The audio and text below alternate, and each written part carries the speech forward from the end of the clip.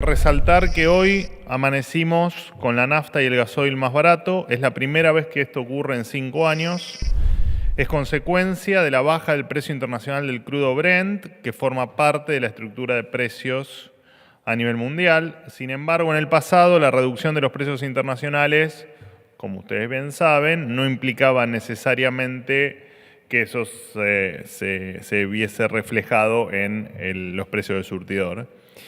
Cabe recordar, hace menos de un año había filas por la escasez de combustible en la Argentina, una consecuencia que para quienes tienen algo de memoria eran parte de las distorsiones generadas por el plan Platita del abogado Massa, que despilfarró, como dijimos en varias oportunidades, cerca de 13 puntos del producto en emisión monetaria y mantuvo combustibles pisados, entre otras medidas cortoplacistas y extremadamente populistas.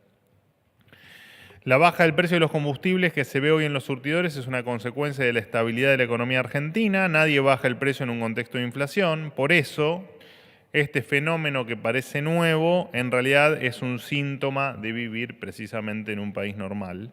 Al igual que el regreso del crédito hipotecario, el regreso del crédito para la inversión de capital de trabajo, para pymes, el tipo de cambio estable y la emisión cero. Todos los hitos que, como hoy publiqué a la mañana, los van a poder ir viendo actualizados de manera continua en la bitácora de gestión que publicamos en argentina.gov.ar, puntualmente argentina.gov.ar/bitácora.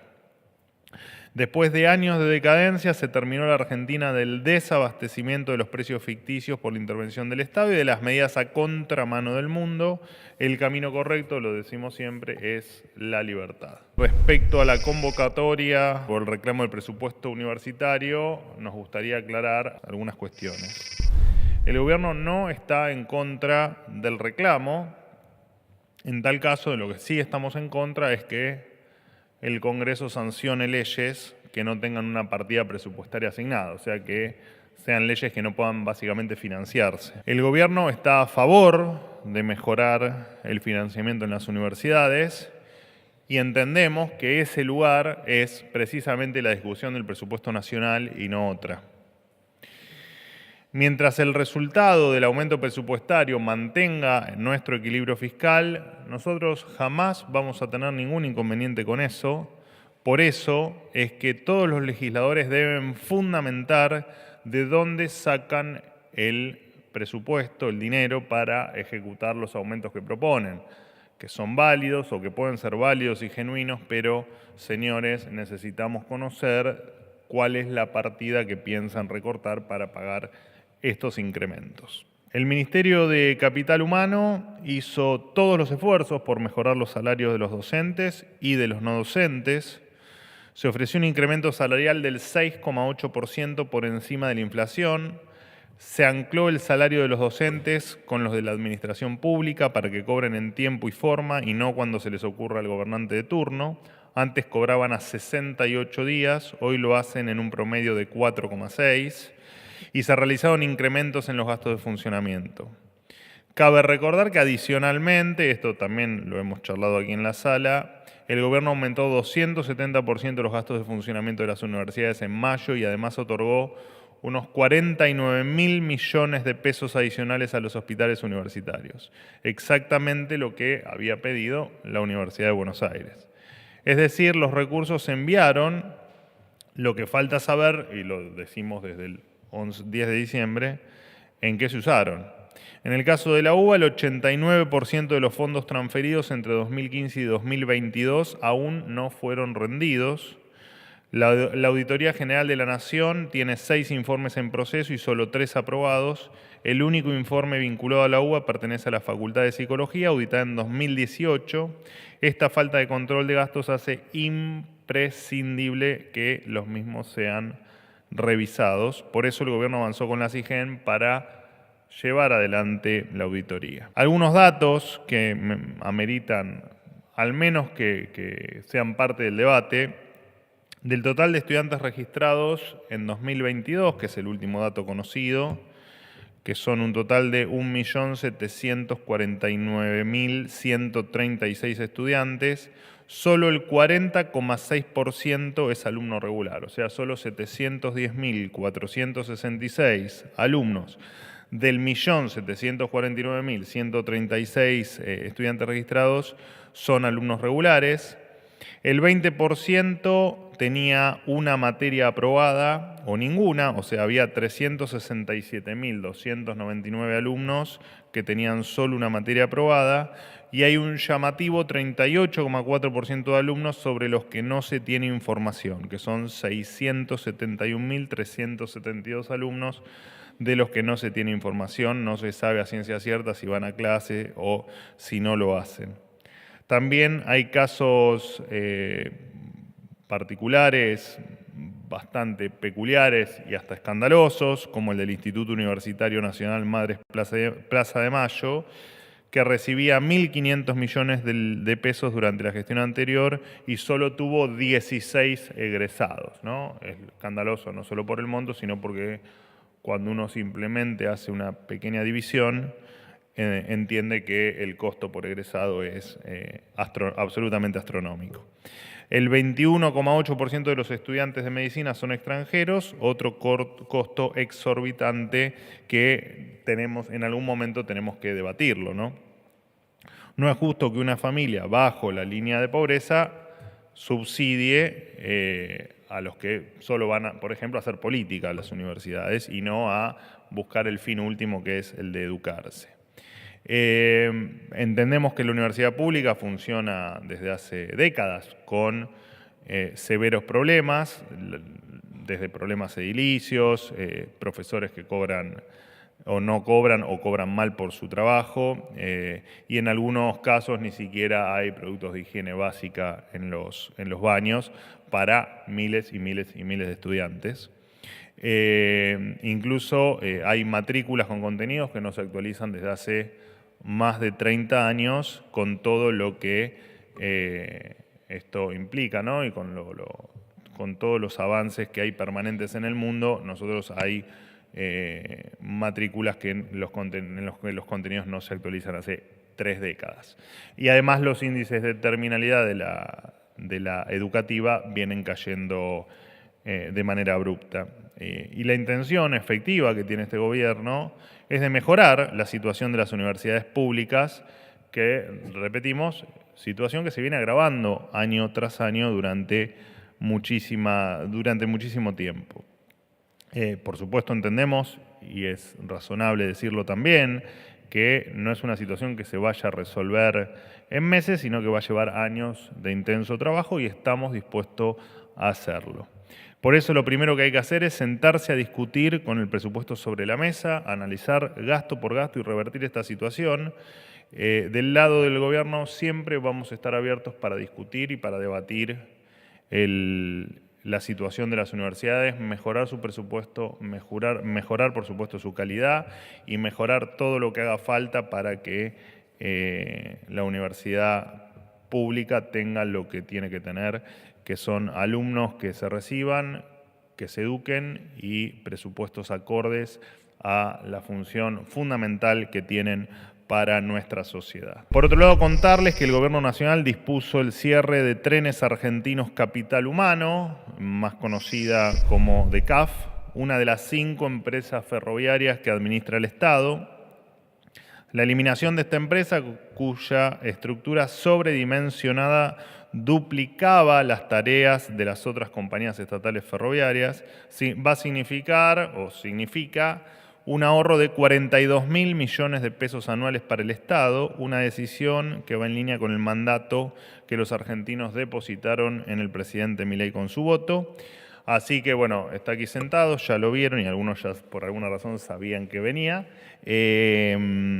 Los dejo con el secretario de Transporte de la Nación, Franco Mogueta, quien va a explicar los detalles técnicos de esta decisión que se ha tomado. Efectivamente, como comentaba el vocero, cumpliendo hoy con el mandato que más del 55% de la gente le dio al presidente Javier Milei y sus instrucciones en reducir el déficit y eliminar todos los gastos innecesarios. Hemos tomado la determinación y hemos cumplido ya con cerrar DECAF, una empresa ferroviaria que no operaba trenes y que tenía funciones que, como bien explicó también el vocero, estaban duplicadas en las demás empresas ferroviarias.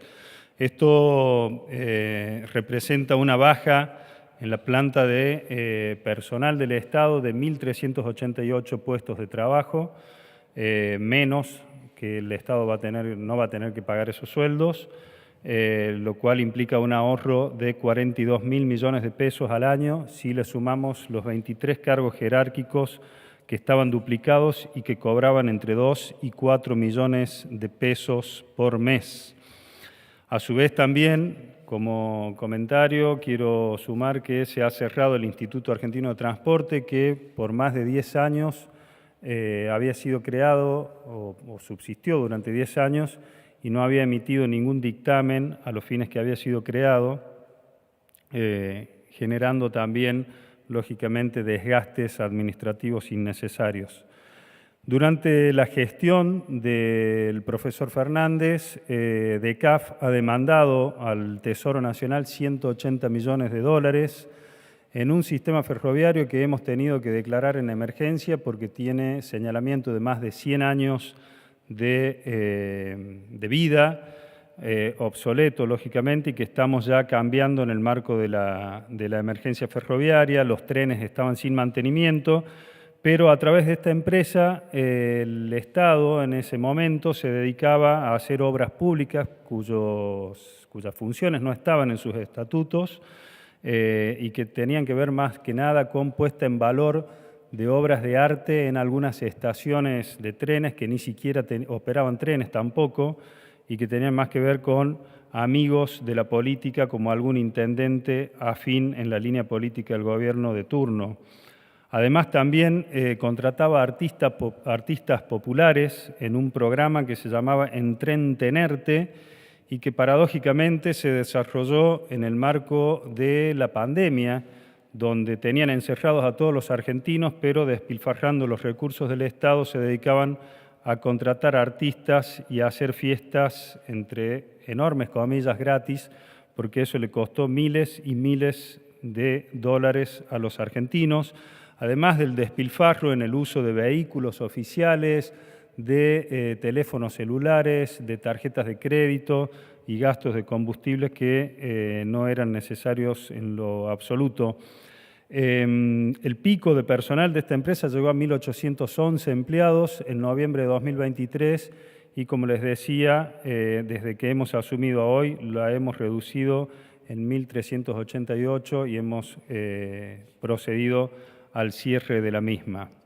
Bueno, hoy, como decía, es un gran día porque estamos reduciendo el gasto, camino a reducir el déficit del Estado, por instrucción del presidente, eliminando gastos que son totalmente innecesarios para el Estado. Muchísimas gracias. Hablemos directamente de la frase. La frase es, ¿dónde está la plata?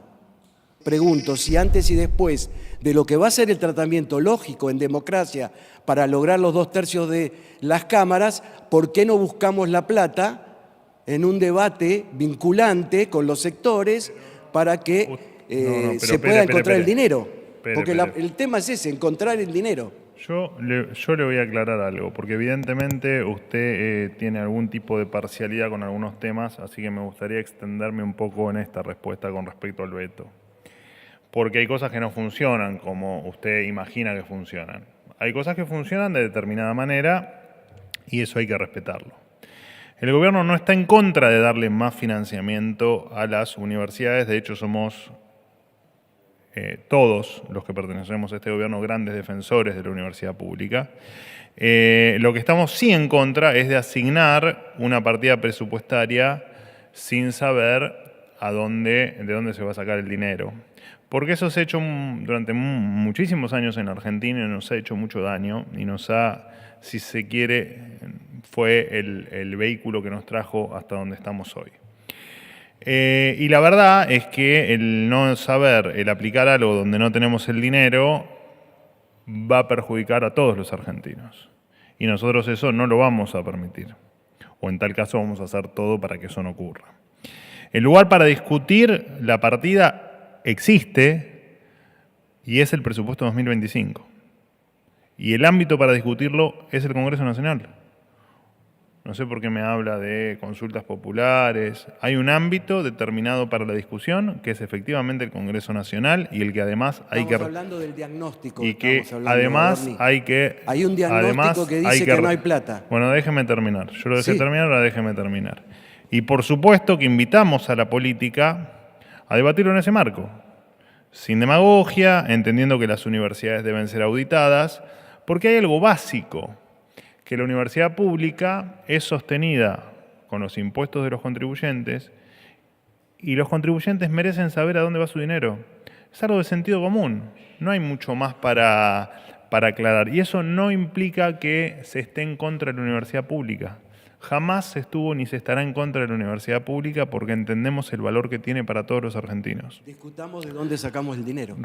Bueno, muy bien, la está viendo, me parece bárbaro. Yo también me voy a extender ahora un poquitito más y también le voy a hablar respecto de la movilización de ayer de venida del reclamo por los fondos universitarios. Y la verdad es que ayer hubo mucha gente que se expresó de manera absolutamente genuina y que lamentablemente tuvo que compartir espacio con la hipocresía de Sergio Massa, que le quitó 50.000 millones de pesos al presupuesto educativo, y estoy hablando de pesos no de hoy, sino de hace mucho tiempo atrás, y les dejó un 211% de inflación anual, que encima es lo que explica la pérdida de poder adquisitivo de la que, por supuesto, se quejan muchos sectores, especialmente los universitarios. También, hablando de hipocresía, estuvo Martín Lustó, quien dice defender a los docentes, pero no tuvo absolutamente ningún plurito en levantar la mano para cobrar 9 millones de pesos, 9 veces más que un docente. También estuvieron en la marcha Rodríguez Larreta, Elisa Carrió y otros personajes menores de la política cuya alianza en un frente de izquierda demuestra la debilidad del sector. Bueno, incluso estuvo hasta Moyano, ¿no? Vaya a saber Dios qué tiene que ver Moyano con el reclamo del genuino de las universidades. Además, aprovecho para contarles a todos, el Ministerio de Seguridad, porque la línea 134 sigue operativa recibiendo denuncias, y por ahí marca la falta que tuvo de genuinidad el reclamo en al menos de algunos sectores que vimos movilizarse ayer. Por ejemplo, un referente de un comedor obligó a sus vecinos a ir a las marchas y les cobró un aporte de 1.000 pesos. Si no iban a la marcha, la multa era de 7 a 8.000 pesos por vecino. Un comedor de Mendoza hizo lo mismo. Un trabajador de una intendencia lo obligaron a ir a la marcha junto a todos sus compañeros de trabajo con banderas celestes que decían el nombre del intendente. Si no iban, obviamente la amenaza era echarlos del trabajo y descontarles el día del presentismo. Un gremio docente de Tucumán envió un micro a la ciudad de Buenos Aires, uno de los 90 que pasaron en estas condiciones, con personal no docente al que le pagaron por asistir. Y sobre el veto, nos parece que, por si alguien más me iba a preguntar, que entiendo que sí, los considerandos son bastante claros. Siempre es bueno cuando hay un decreto, en este caso el veto, leer los considerandos, porque lo que explican es el motivo del veto. El artículo 38 de la ley 24.156, y acá empiezo a responderle su pregunta en lo específico, de Administración Financiera y de los sistemas de control del sector público nacional, exige de forma expresa que toda ley que autorice gastos no previstos en el presupuesto general deberá especificar las fuentes de los recursos a utilizar para su financiamiento. O sea, básicamente la pregunta es ¿de dónde se saca el dinero? Pero hay algo incluso más gravoso o igual de gravoso. Espérenme que yo termino, después lo discutimos. Tengo tiempo, 20 minutos más tengo, después tengo una reunión. El propio reglamento de la Cámara de Senadores, y digo de senadores porque esto no existe en diputados, en su artículo 126, prevé que todo proyecto, se lo digo de manera textual, todo proyecto que importe gastos incluirá en sus fundamentos la estimación de tales erogaciones e indicará la fuente de financiamiento a fin de justificar la viabilidad del mismo. De no ser así, no se discutirá en las sesiones de la Cámara hasta tanto la omisión no sea subsanada por él o los autores del mismo. El impacto total del proyecto constituiría un total de 1.594.675.060 pesos. O sea, 1.5 billones para hacer números redondos, que por supuesto afectaría el equilibrio de las cuentas públicas. Y cuando se afecta el equilibrio de las cuentas públicas, lo que ocurre es lo que he explicado en 1.000.000 de oportunidades, que es básicamente que usted tiene 3 maneras de financiarlo, que las tiene que indicar el Congreso. Una es la emisión monetaria, que no estamos dispuestos a hacer porque nos ha traído hasta estos niveles de inflación descontrolados y al haber estado en riesgo de una hiperinflación que hubiese llevado a la Argentina a un mar de pobreza de punta a punta de la Argentina. La otra alternativa que usted tiene es endeudarse, que tampoco estamos dispuestos, primero porque además esto es un tema que no se resuelve condenando a las generaciones futuras al pago de nuevos impuestos para pagar la deuda que hoy se toma, eso lo sabe porque es nuestra filosofía, y además de eso la tercera alternativa que habría es subir impuestos. Bueno, si quieren financiarlo con alguna de estas 3, o sacar, por supuesto, una partida de otro lado, ¿no? Entonces, evidentemente, no le han encontrado una solución cuando hicieron la ley, ya que no especificaron y no cumplieron ellos mismos con lo que marca la ley. ¿Qué quiero decir con esto? Que nosotros apoyamos como nadie la universidad pública, pero apoyamos también la no demagogia y que las cosas se discutan donde se deben discutir. El presupuesto 2025 es un muy buen ámbito y si no quieren que ese sea el ámbito y que sea una ley, por favor que de la ley surja cómo se va a financiar el gasto que quieren ejecutar. Simplemente eso. Hola, bienvenidos. No tengo anotado quiénes son, pero no me importa. Sofía Bongiovanni, estudiante de periodismo de la UCA. Sofía Bongiovanni. ¿Cómo Buenos días. ¿No vinieron ya de la UCA? Puede ser. Yo Puede no ser. vine nunca. El año pasado. El año pasado, si gobernamos desde este año. Va, desde el 10 de diciembre, pero... ¿Vinieron? Bueno. Bienvenidos nuevamente. Gracias. Bueno, como periodista quería hablar sobre cómo el señor presidente suele basurear bastante la profesión. Quería preguntarte cómo te hace sentir eso como periodista, si dejar de ejercer implica dejar de empatizar y por qué tanta generalización y odio. Bueno, todo lo que decís es incorrecto. Ni el presidente basurea, ni hay una generalización, ni hay odio. ¿Cómo? ¿Por qué se siente así entonces? Vos lo sentís así. En el marco del saneamiento de las empresas públicas, vamos a hacer un apartado sobre AISA. En AISA se detectaron gastos innecesarios por más de 4.800 millones de dólares durante la gestión anterior. Lejos de dedicarse a brindar un servicio de calidad, la empresa funcionó como una plataforma de campaña para los funcionarios de turno. Voy a dar algunos datos para que tomen dimensión de lo que estamos hablando. Hubo 200 millones de dólares destinados a obras. El 25% de esas obras se asignaron a Tigre y Malvinas Argentinas. Saquen sus propias conclusiones de por qué esto fue así. AISA también financió eventos deportivos y sociales en los distritos que políticamente estaban alineados con el gobierno anterior o con los funcionarios de la gestión anterior, como por ejemplo el triatlón Ironman y el Challenger de Tigre, un torneo de tenis ATP que casualmente se hacían en ese distrito, o eventos como el Carnaval en San Fernando, donde hubo un festival de gasto público, horas extras en personal, camiones cisternas que fueron desviados de sus principales actividades y que se usaron para ser parte de estos coloridos carnavales. En total se gastaron 1.300.000 dólares entre 2022 y 2023 en sponsoreo de AISA en estos eventos en un país empobrecido, ¿no? Esto siempre es bueno remarcarlo. Bueno, tampoco se ahorró, AISA tampoco ahorró en la compra de inmuebles y vehículos. Durante la pandemia, cuando nos tenían a todos encerrados, la empresa AISA adquirió un edificio sobre la calle Tucumán por $31.600.000. Además, se contrataron reparaciones por $9.600.000 para ese edificio. Lo irónico es que esta obra nunca se terminó, nunca se finalizó. Y lo que es más irónico aún, o más extraño, llamativo aún, es que estaba previsto que en ese edificio se construyan varios pisos extras dedicados al uso exclusivo del presidente o la presidente de AISA.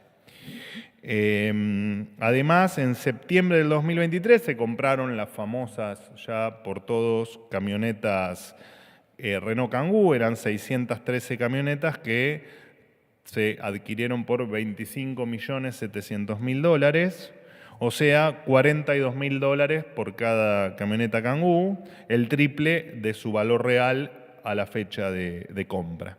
En total, la empresa, además, tenía 2.200 vehículos, no es que es una empresa que no tenía vehículos, que estaban asignados a personal que nada tenía que ver con tareas operativas. Había 2.200 vehículos asignados a personal que nada tenía que ver con tareas operativas, donde uno supone que es donde se deben usar este tipo de utilitarios. Por otro lado, el área de comunicación de AISA destinaba recursos a cuentas ajenas al ente estatal y mencionaba a dirigentes políticos del Frente Renovador. Todo esto que describí es parte de la Argentina del pasado, donde la política se servía del dinero de los contribuyentes en lugar de servir, por supuesto, a los propios contribuyentes. Y ese es el país que los argentinos dejaron atrás con su voto, como todos recordarán, en noviembre del año pasado. La Procuración del Tesoro firmó el dictamen para que la Sindicatura General de la Nación, conocida como la SIGEN, audite las universidades públicas. Esta medida revierte la decisión del ex procurador Carlos Zanini, quien en 2022 impidió que la SIGEN controle el gasto universitario y dejó esta tarea bajo la órbita de la Auditoría General de la Nación, de la AGN. El último informe que la UBA presentó ante la AGN pertenece a la Facultad de Psicología, dato que ustedes ya tienen, se hizo en el 2018, tiene el dato adicional de que recién se publicó esta auditoría el año pasado, ¿no? Algo más de 5 años después. Por lo tanto, solo una de las 13 facultades presentó un control de gastos. Cabe recordar que el 89% de los fondos transferidos a las universidades entre el 2015 y el 2022 todavía no fueron rendidos. Los argentinos merecen saber qué se hace con la plata que aportan de su bolsillo para pagar la educación de los estudiantes. Si nada tienen que ocultar, ningún problema ningún problema debería haber en que se auditen las cuentas. Contarles que el Banco Nación ofrecerá a sus clientes la opción de pagar servicios públicos sin abonar las tasas municipales ilegalmente agregadas en las boletas, que en algunos casos representan hasta el 60% del costo. Los argentinos que tengan cuentas en el Banco Nación van a poder esquivar la voracidad fiscal de algunos intendentes que parecen no entender el clima de época que vive el país, entre ellos, solo por nombrar algunos, Tigre, Quilmes, San Martín y Escobar, que a pesar de la resolución del gobierno presentaron amparos para seguir cobrándole a los contribuyentes a través de las facturas de servicios. De hecho, recibimos al día de hoy más de 300 denuncias en esta última semana por cobros indebidos en la factura de servicios públicos y bienes, que las recibimos en denunciatufactura@comercio.gov.ar. Invito a todos los que se sientan estafados por este esquema que manden sus facturas y hagan las denuncias. Acá les traje algunos ejemplos.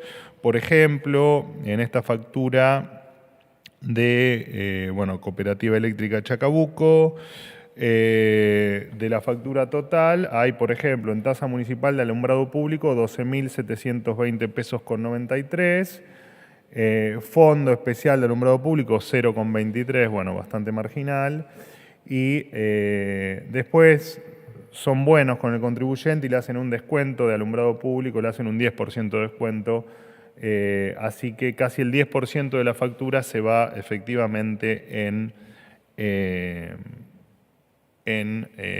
esta tasa que no deberían estar cobrando. Acá tenemos a otra que también cerca de un 10% se va en la tasa municipal por alumbrado público. Acá le cobran casi 4.000 pesos al contribuyente compulsivamente a través de la factura de servicios. Bueno, y acá tengo otra tasa municipal por alumbrado público que le cobran también otros 4.000 pesos por tasa municipal, esto sobre un total de 16.000, o sea que estamos hablando de un 25% que se va en tasas municipales, y como esto hay 300 casos más hasta el día de hoy. Así que los invitamos a todos, denuncia tu factura, @comercio.gov.ar. También les recuerdo que todos los bancos del país, a partir de sus plataformas de pago, están en condiciones de ofrecer este servicio a sus clientes, así que bueno, pueden también empezar a ofrecerlo. Desde ahora los pagadores de impuestos cuentan con una nueva herramienta para defenderse de los políticos que esconden la cabeza, pero no la mano a la hora de recaudar más, así que también invitamos, por supuesto, a todos los intendentes a que busquen una manera de golpearle la puerta al vecino y cobrarle la tasa y no a través de las facturas de servicios públicos. El gobierno les anuncia muy felizmente que hoy, o a partir de hoy, la Administración Federal de Ingresos Públicos, más conocida como AFIP, dejará de existir.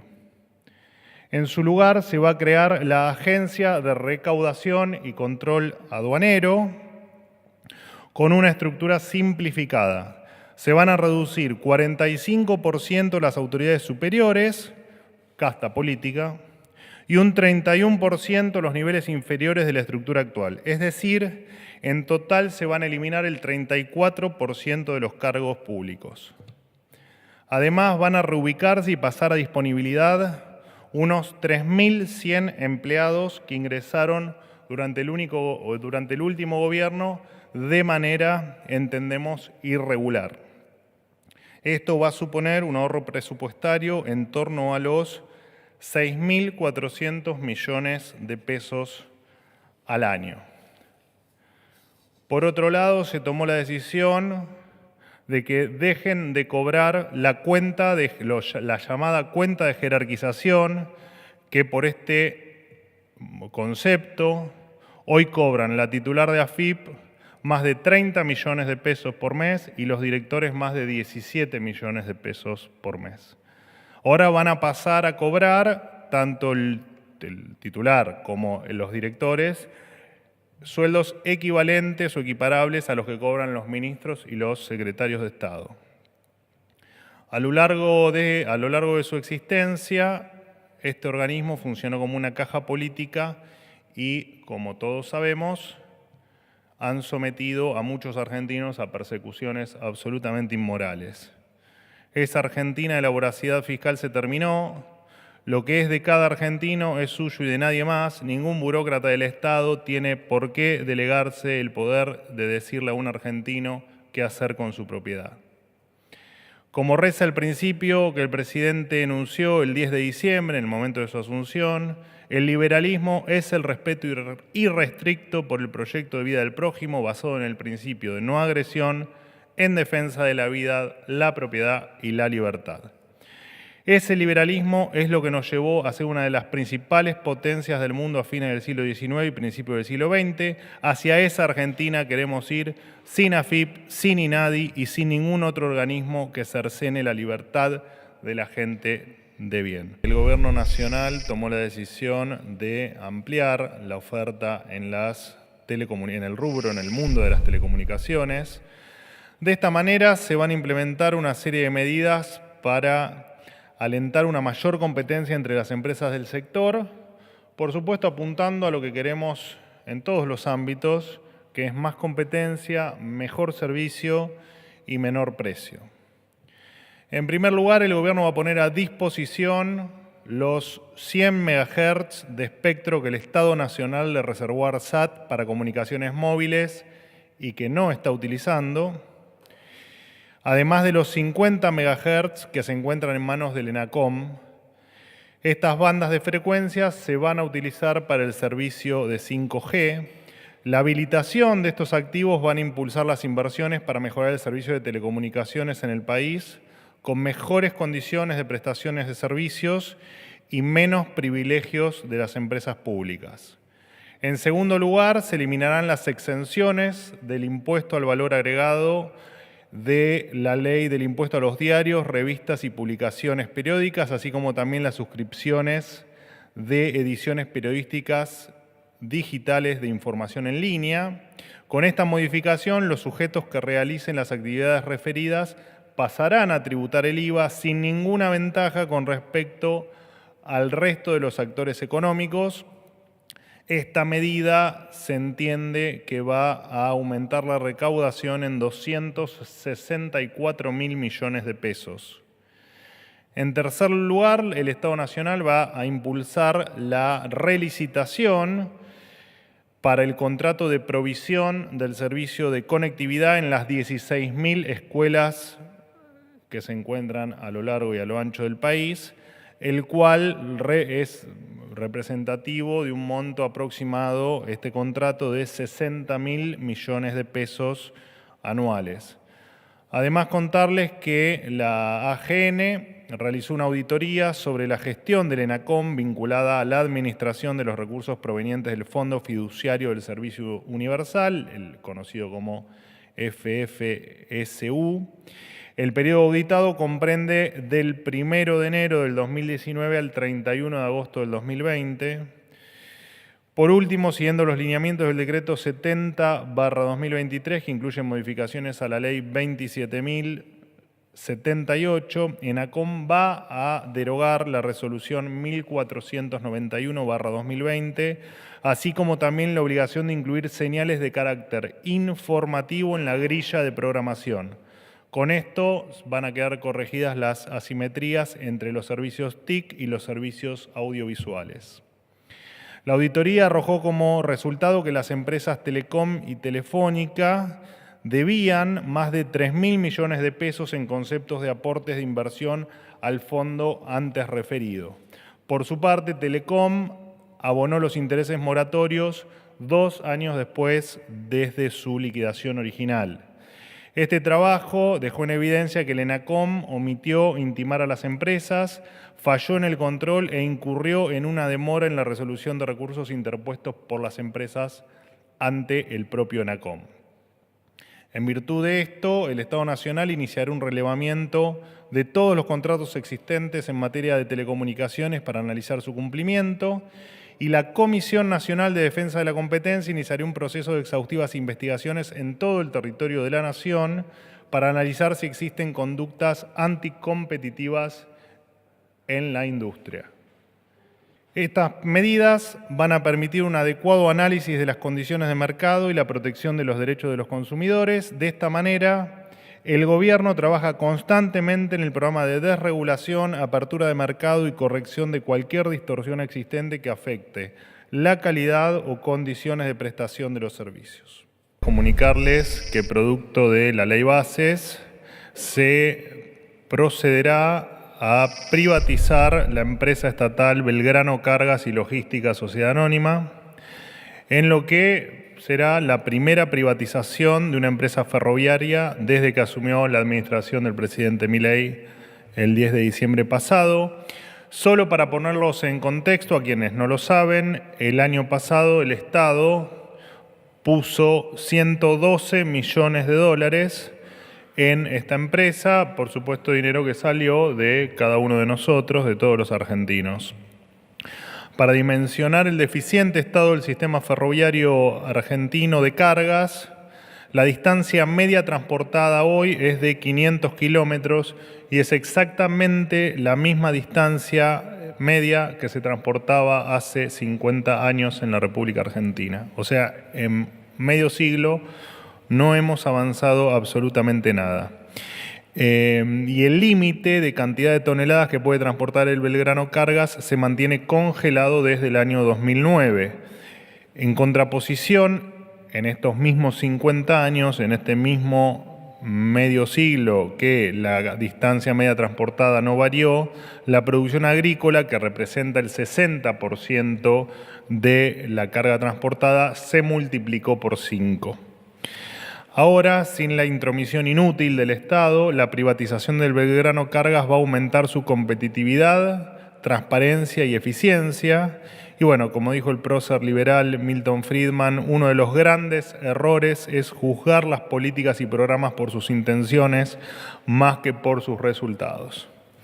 Por desgracia, en los últimos 20 años, la política nos ha acostumbrado solo a buenas intenciones, pero detrás a no tener ningún tipo de resultados, sino o muy por el contrario, a tener resultados que nos han hecho muchísimo daño a todos los argentinos.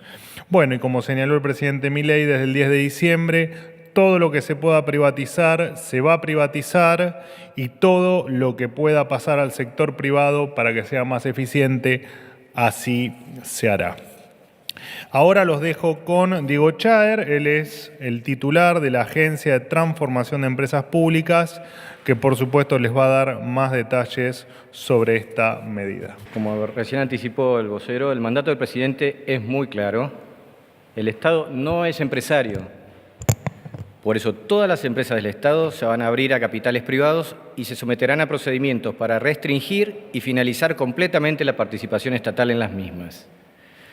La Agencia de Transformación de Empresas Públicas a mi cargo es una unidad ejecutora temporaria que tiene por finalidad la coordinación unificada y un mayor impulso y dinamismo a todos estos procesos.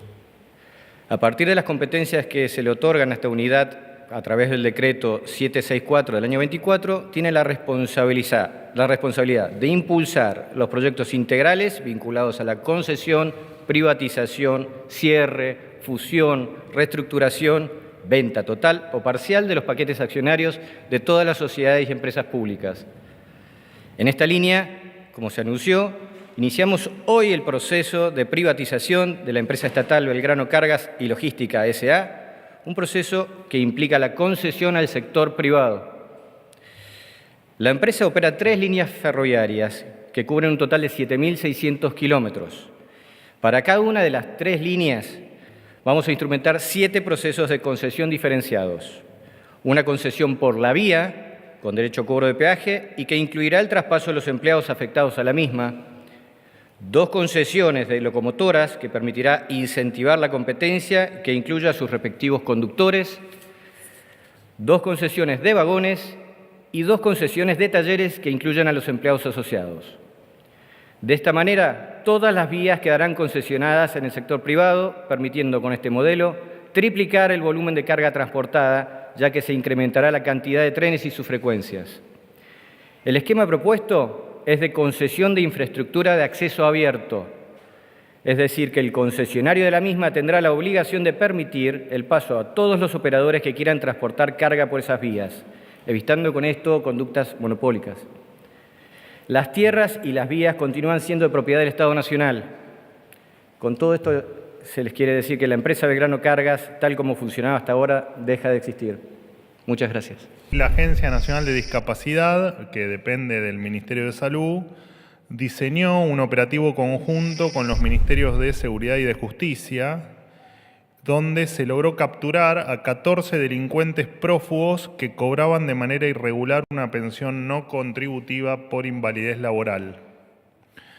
Lo particular de este operativo es que, increíblemente, estos parásitos cayeron en su propia trampa. Después de identificar que cobraban pensiones, se los citó con la excusa de auditar esas pensiones, y allí fueron atrapados por la policía. Además, se les dio de baja, obviamente, al ingreso que cobraban del Estado Nacional y que financiaban injustamente todos los argentinos de bien con sus impuestos. Los detenidos, es increíble, pero los detenidos estaban acusados de robo agravado, intento de violación y demás delitos graves. Incluso había uno de ellos que tenía 8 causas judiciales pendientes. Quiero felicitar por supuesto, los 3 ministros o ministerios intervinientes, el Ministerio de Salud, el de seguridad y el de justicia, por la capacidad inventiva de los agentes de las fuerzas de seguridad. Solo los genios hacen eso. Recordemos que esta institución se descubrió una actividad fraudulenta a gran escala, donde se estima un desvío de fondos de alrededor de $1.000 millones solo en el año 2023. También casos resonantes, como la del médico correntino que se animó a adjuntar, no sé si se acuerdan, una radiografía en vez de un ser humano, de un perrito, la cola del perrito que mostré aquí en esta misma sala de conferencias, o el caso fraudulento en Chaco, donde el mismo médico presentó una misma radiografía de hombro para 150 pacientes diferentes. Los contribuyentes no tienen por qué sostener con su esfuerzo a delincuentes, porque en definitiva son esos, independientemente de que estos tengan causas judiciales y que merecen o merecían estar tras las rejas.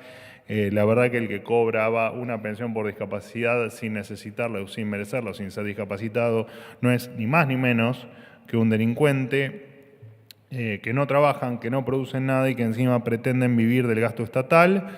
A partir de ahora, obviamente los parásitos se quedaron sin su huésped. Contarles que la empresa POSCO Argentina inauguró una nueva planta de litio en la localidad salteña de General Güemes, tras una inversión de más de $800 millones. Esta planta contará con una producción de 25.000 toneladas de hidróxido de litio y se convertirá en la mayor productora de la región. Además, la empresa POSCO ya lleva invertidos $1.600 millones en la Argentina y en total invertirá $4.000 millones en todo el proyecto, que hasta ahora generó 4.800 empleos directos e indirectos e implicó un trabajo conjunto con más de 60 proveedores locales.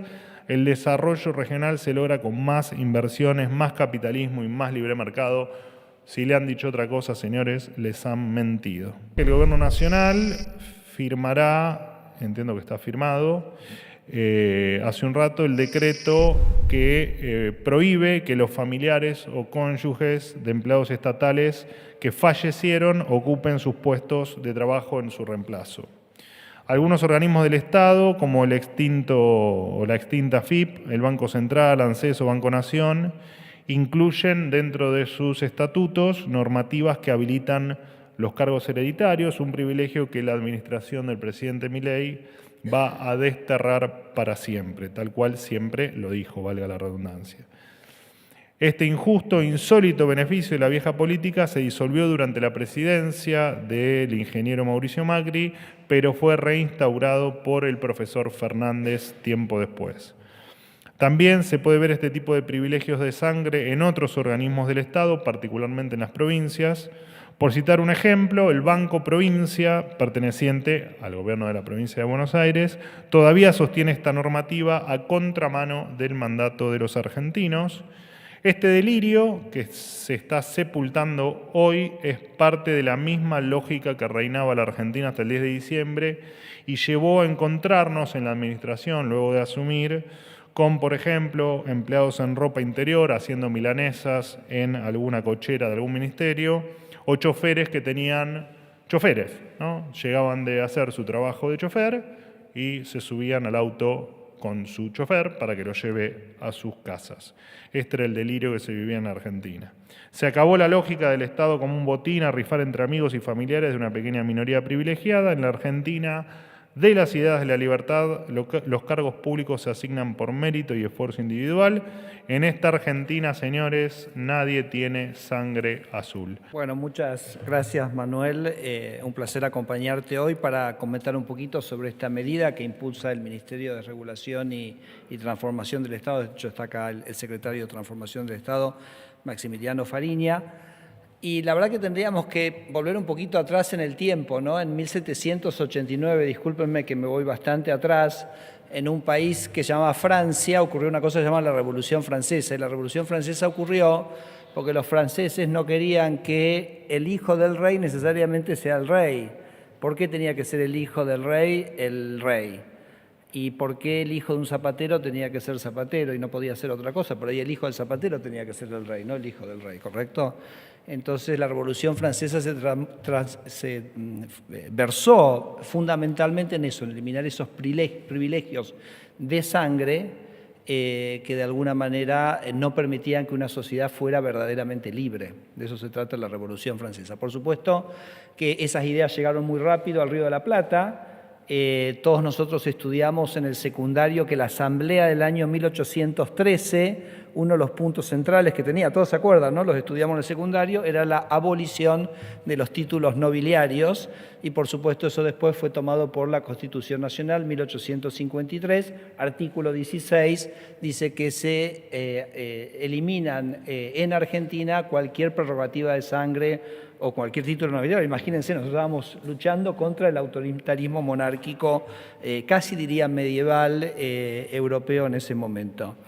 Sorprendentemente, estos resabios de privilegios de sangre, estos resabios medievales, estos resabios previos a la Revolución Francesa, persisten en estamentos del sector público argentino. Estas cláusulas, porque la verdad que no lo hemos dicho, Manuel, pero son claramente no constitucionales, son anticonstitucionales, pero de manera flagrante, de manera evidente, por lo que hablábamos antes, y entonces en función de eso avanzamos en la eliminación de eso. Y debo decir que después la gestión de Alberto Fernández, tan hipócrita, ¿no?, en tantas cosas como vos recién mencionabas en otros ámbitos, Manuel, volvió a incorporar. O sea que en el Banco Central, yo les dije en 1973, pero podría decir no solo en 1973, sino también 2022, gobierno peronista, nuevamente defendiendo los privilegios de unos pocos, los privilegios de la casta, y me parece que el presidente Milei viene a desterrar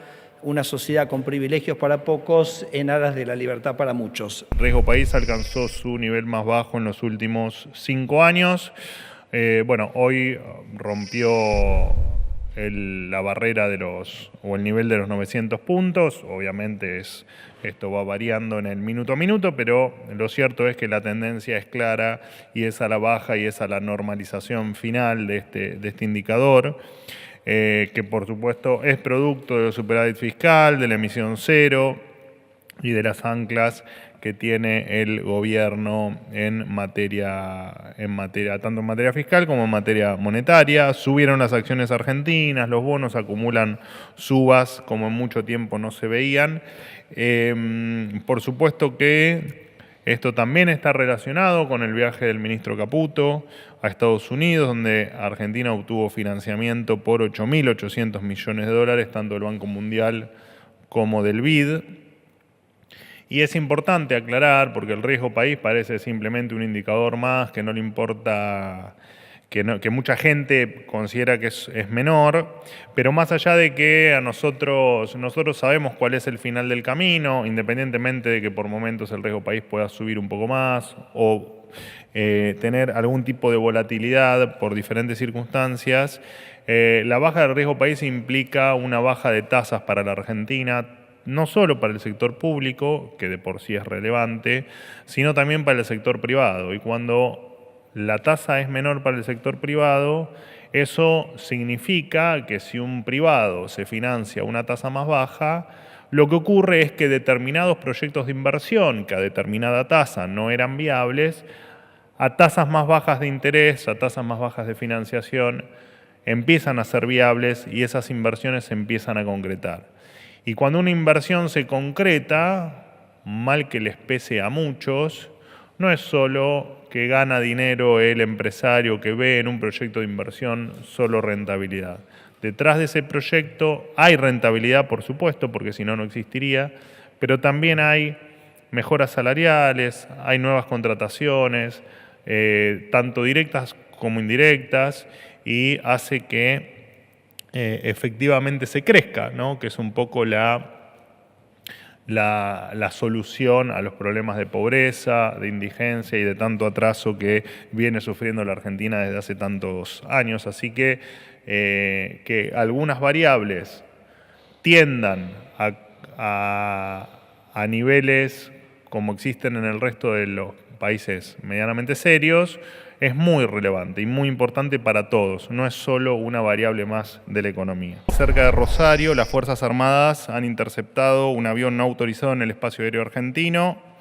Al inspeccionarlo descubrieron casi media tonelada de cocaína, unos 475 kilos, para ser más precisos, que inmediatamente esta cantidad fue incautada a la vez que se detuvo al conductor de la aeronave. Este operativo se da en el marco de un plan del gobierno que tiene el objetivo claro de presentar batalla contra el narcotráfico. Mirar para otro lado, continuar con la doctrina zafaronista, nos lleva al submundo del caos, la violencia y la corrupción de los países donde, por supuesto, anida el narcoterrorismo como Venezuela, México, Colombia. Desde el 10 de diciembre, Argentina, por suerte, ha abandonado este destino trágico. Este operativo fue realizado en conjunto entre el Ministerio de Seguridad, conducido por la implacable doctora Patricia Bullrich, y el Ministerio de Defensa, liderado por el doctor Luis Petri, que a continuación les van a brindar los detalles. Simplemente les cuento que y ya los dejo con los ministros, al doctor Petri lo acompaña Javier Isaac, que es el jefe del Estado Mayor Conjunto de las Fuerzas Armadas, y Fernando Luis Mengo, que es el jefe del Estado Mayor General de la Fuerza Aérea, como así también a la doctora Bullrich la acompañan la secretaria de Seguridad Alejandra Monteoliva y el comandante general de Gendarmería Claudio Briglioni. Muchas gracias, Manuel. Venimos con la ministra de Seguridad, Patricia Bullrich, a dar cuenta de el operativo más importante y más exitoso que registre la República Argentina, aire-tierra, en una operación compleja en donde participó la Fuerza Aérea Argentina, el Comando Conjunto Aeroespacial y la Gendarmería Nacional.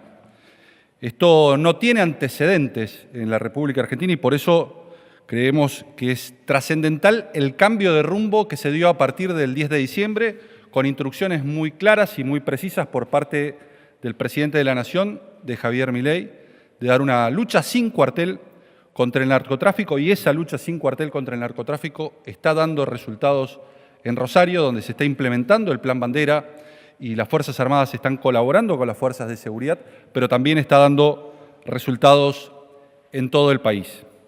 En el día de ayer, a las 14:46, el recientemente inaugurado radar de Tostado detecta un eco a 40 kilómetros al noreste de su ubicación. Y a partir de allí, a las 15 horas, identifica que ese eco se trataba de una avioneta que había ingresado al espacio aéreo argentino vía Bolivia, limitando con el Paraguay, y a partir de las 15 horas se denomina a ese tránsito aéreo como tránsito aéreo irregular, dada cuenta de que no tenía plan de vuelo y no contaba con identificación respecto de su ingreso al espacio aéreo argentino. A partir de allí se ordena que se desplacen 2 aviones tucanos que estaban en Reconquista, los cuales a partir de las 15:35 logran la interceptación de esta aeronave Cessna 206 de origen boliviano. Una persecución inédita. Pensemos que se trató de más de 2 horas de seguimiento e interceptación de la aeronave, donde se aplicaron las reglas de empeñamiento que están previstas, con una aeronave que en ningún momento fue colaborativa, que comenzó volando a 7.000 pies, posteriormente hizo descender su velocidad y su altura a 300 pies y en última instancia llegó a volar durante 50 minutos 30 pies, 10 metros, para evitar ser interceptada.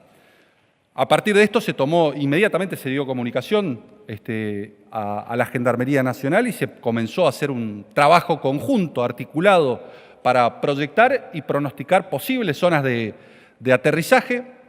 Se empezaron a implementar las reglas de empeñamiento. La primera regla de empeñamiento tiene que ver con el seguimiento que se hace a la aeronave. La segunda regla de empeñamiento de protección espacial tiene que ver ya con la interceptación. Ya no es solamente el seguimiento e identificación, sino la interceptación y el señalamiento para que la aeronave demuestre ser colaborativa. En ningún momento esta situación se dio. Y la tercera regla que se tuvo que implementar en este caso es la de la realización de maniobras disuasivas para que acate las órdenes. Ante la actitud no colaborativa se continuó con la persecución e inmediatamente, una vez que la avioneta Cessna aterrizó, personal de la Gendarmería se hizo presente en el lugar. Algunas cuestiones que me parece importante destacar. Funciona un grupo y una mesa de trabajo de TAIS, de tránsitos aéreos no regulados, no autorizados, desde el mes de marzo con el Ministerio de Seguridad, porque es imprescindible la coordinación que tiene que existir para que estos operativos sean exitosos, pero también destacar que se han modificado las frecuencias, las modalidades y los emplazamientos de las aeronaves para que no sean previsibles los vuelos que se realizan a la hora de efectuar las interceptaciones. Esto ha motivado a una disminución de un 24% de los TAIs durante este año, de los tránsitos aéreos irregulares, y además ha supuesto un 33% del incremento de la efectividad, en donde en muchos casos las aeronaves ingresan, pero ante la interceptación inmediatamente retornan al país de origen de donde provienen.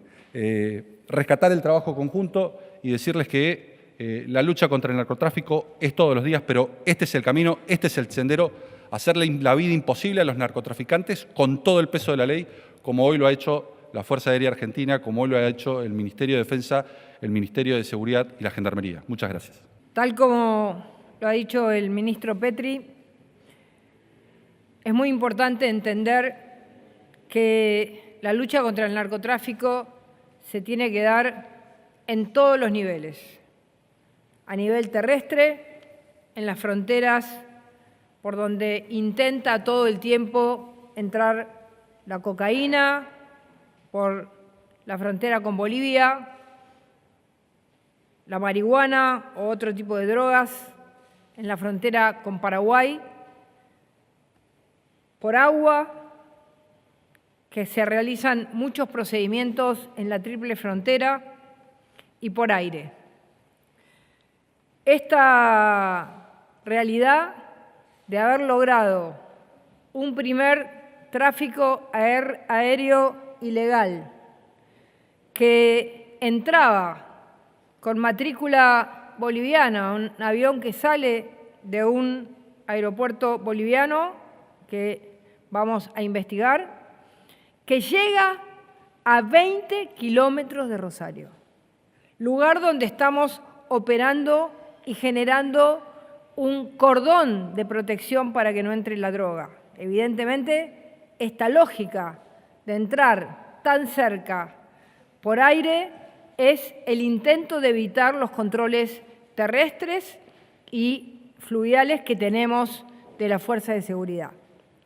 Este trabajo importantísimo que viene realizando la Fuerza Aérea en un comando de control aéreo de los tráficos ilegales ha logrado, en este caso, tener un efecto positivo de un radar que estaba cerca, porque los radares que están cerca de frontera pueden no captar este avión o el avión que sale cerca de la frontera no tiene tiempo de llegar al lugar donde está el avión Cessna irregular con 475 kilos de cocaína. Ahí, en el aviso que le da la Fuerza Aérea, también hay enlaces de las fuerzas de seguridad en el centro de Merlo, donde está el centro de monitoreo aéreo espacial. Ahí llega a avisarle, después de interceptarlo y seguirlo 2 horas, llega la Gendarmería Nacional, que es la parte que nos corresponde. Quiero decir, y es muy importante plantearlo, que la Gendarmería Nacional Argentina tiene que llegar por tierra. Por suerte tenemos mucha gente en Rosario, por suerte tenemos gente en San Lorenzo y en las cercanías. ¿Por qué llega por tierra?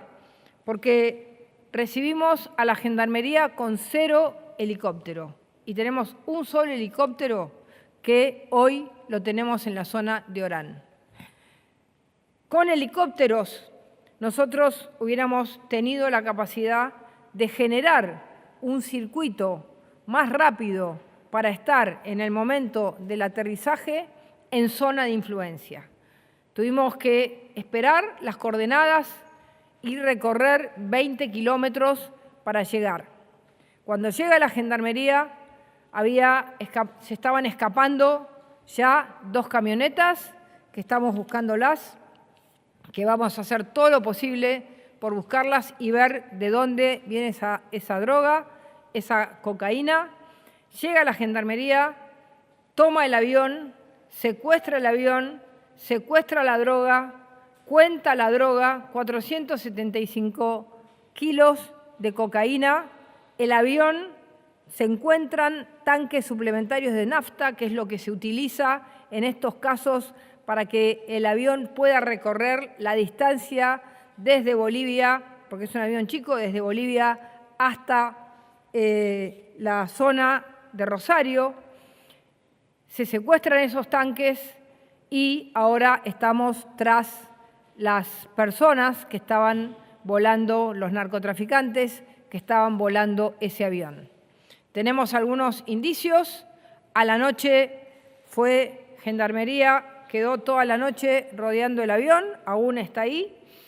Llegó el fiscal federal de la zona para comenzar los procedimientos de búsqueda de las personas detenidas.